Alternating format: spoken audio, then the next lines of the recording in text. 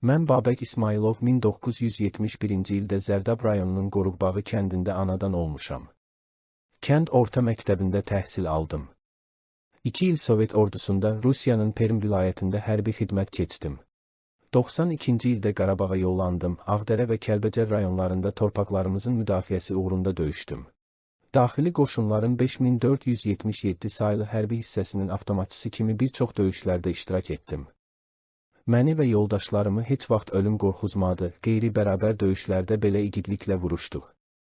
92-ci ilin payızında hissəmizə Ağdərə rayonunun Çıldıran kəndinin ələ keçirilməsi tapşırığı verilmişdir.